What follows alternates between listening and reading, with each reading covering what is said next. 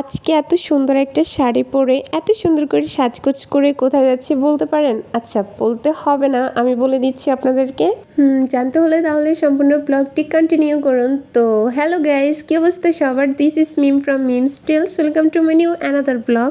এদিকে আমি সাজগোজ করে রেডি হয়ে আসি, তো এর মধ্যে আমার হাবি আমার জন্য এই সুন্দর ফুলের কাঁচরাগুলো নিয়ে আসছে। এটা দেখে তো আমি অনেক বেশি হ্যাপি হই, কারণ আমি ফুলের কাঁচরা অনেক বেশি পছন্দ করি, আমার কাছে প্রচুর ভালো লাগে। তো এর মধ্যে আমার হাবি আমাকে এই ফুলের কাঁচরাটা পরিয়ে দিচ্ছিল। এমন না যে আমি ওকে বলছি এটা আমাকে পরিয়ে দাও, ও কিন্তু নিজে থেকে আমাকে পরিয়ে দিচ্ছিল। এটা দেখে তো আমার কাছে অনেক বেশি ভালো লাগতেছিল, মনে মনে কিন্তু অনেক বেশি খুশিও হই। তো ও আমার জন্য দুটো কাঁচরা নিয়ে আসছে, একটা চুলের মধ্যে পরার জন্য আর একটা হাতের মধ্যে পরার জন্য। তো চুলেরটা পরাই দিই, এরপরে হাতেরটা পরাই দিচ্ছে।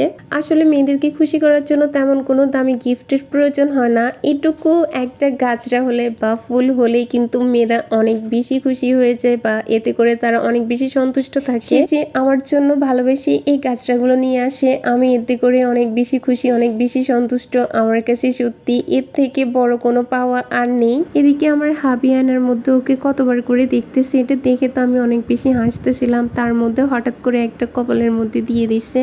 তো যাই হোক, এখন আসল কথায় আসি। তো আমরা যাচ্ছিলাম হচ্ছে আমাদের বাড়িতে, অনেক দিন পরে কিন্তু যাওয়া হচ্ছিল। যাবো বলেও কিন্তু তেমনভাবে যাওয়া হয় নাই। তো আজকে আমরা প্ল্যান করলাম যে আজকেই যাই। এরপরে আমরা আসছিলাম হয়েছে জালালিয়াতে, এখান থেকে মিষ্টি বা যাবতীয় যা যা কিছু লাগে ওইগুলো নেওয়ার জন্য।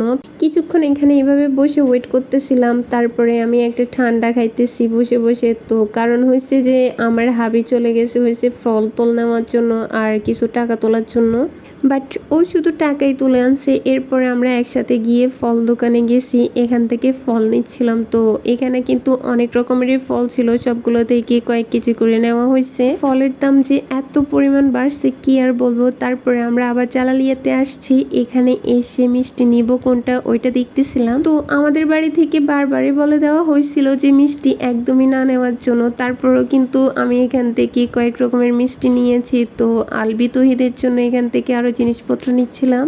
মিষ্টি বা দধি রসমালাই এগুলো তো হয়েছে অন্য সাবজেক্ট, আলবি তহিদের জন্য তো এক্সট্রা করে কিছু না কিছু নিতে হবে। এর মধ্যে কিন্তু আমার প্রচুর গরম লাগতেছে, তো আমি এখানে একটা ঠান্ডা খাইতেছিলাম।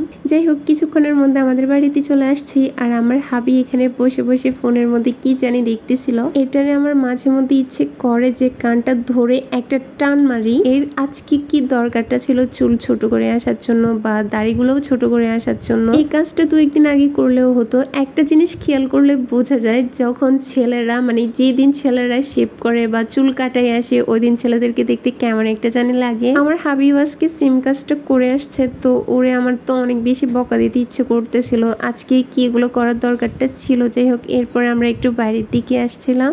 এইখানে তো ঝিরিঝিরি বাতাস হইতেছে, ওই মুহূর্তে কিন্তু ওয়েদারটাও অনেক বেশি চমৎকার ছিল, এখানে অনেক বেশি ভালো লাগছিল। তো আমি আর আলবি এখানে দাঁড়ায় দাঁড়ায় ছবি তুলতেছিলাম, আবার চুলগুলো ঠিক করে দিতেছিলাম। ওর মামা আমাদেরকে সুন্দর সুন্দর করে ছবি তুলে দিতেছিল, ভিডিও করে দিচ্ছিল।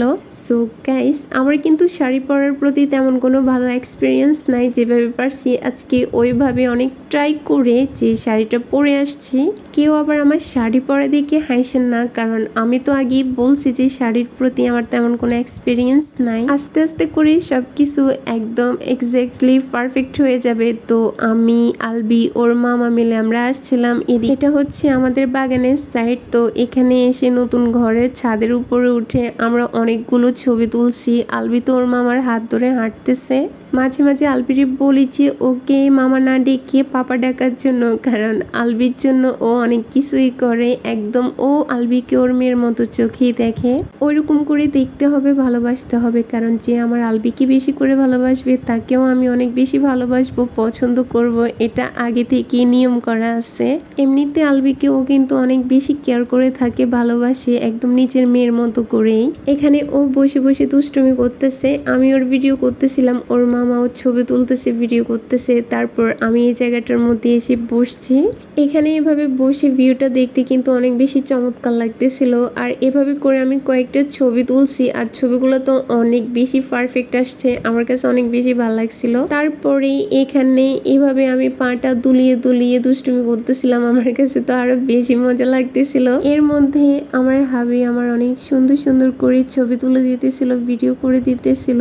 এখন পরবর্তী দিনের একদম সকালবেলায় আসি, পুরো রাত কিন্তু আমি একটু ঘুমাই নাই, কেন জানি ওই রাতটা আমার একদমই ঘুম আসে নাই। এই জন্য একদম ভোরবেলায় উঠে গেছি, আমি আর আলবি বাগানের দিকে গেলাম, তাও আবার খালি পায়ে হাঁটতেছি। এভাবে করে খালি পায়ে হাঁটতে অনেক বেশি ভালো লাগতেছিল। তারপর আমরা কিছুক্ষণ এখানে বসেছিলাম, আর সকালের ঠান্ডা শীতল বাতাসগুলো একটু একটু করে ফিল করতেছি, অনেক বেশি ভালো লাগতেছিল এই জিনিসটাও। এর মধ্যে আমরা আবার বাড়ির দিকে চলে যাচ্ছিলাম। তারপরে আবার বিকেলের দিকে আমরা আরেকটু বের হয়েছিলাম ঘোরাফেরা করার জন্য বাইরে। মাস্ক তো পরি নাই, এই জন্য মুখের মধ্যে হাত একটা দিয়ে একটু হাইড করে রাখছি আর কি। তো আমাদের বাড়িতে আসছি, এখন এখানে কিসের মাস্ক পরবো, এই জন্য মাস্ক পরি নাই। এখানে এসে এই সুন্দর ভিউটা দেখতেছিলাম। আজকের ওয়েদারটাও কিন্তু অনেক বেশি ভালো ছিল।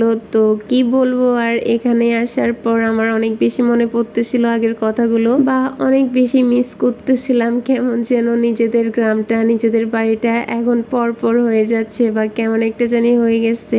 বিয়ে হয়ে যাওয়ার পর সবকিছুই বদলে যায়, কোনো কিছু আর আগের মতো থাকে না। আমার কিন্তু সত্যি অনেক বেশি খারাপ লাগতেছিল, অনেক বেশি মিস করতেছিলাম যেন একদম সবকিছুকে। তো কিছুই বলার নাই, আর এতটুকুই আজকে এ পর্যন্ত।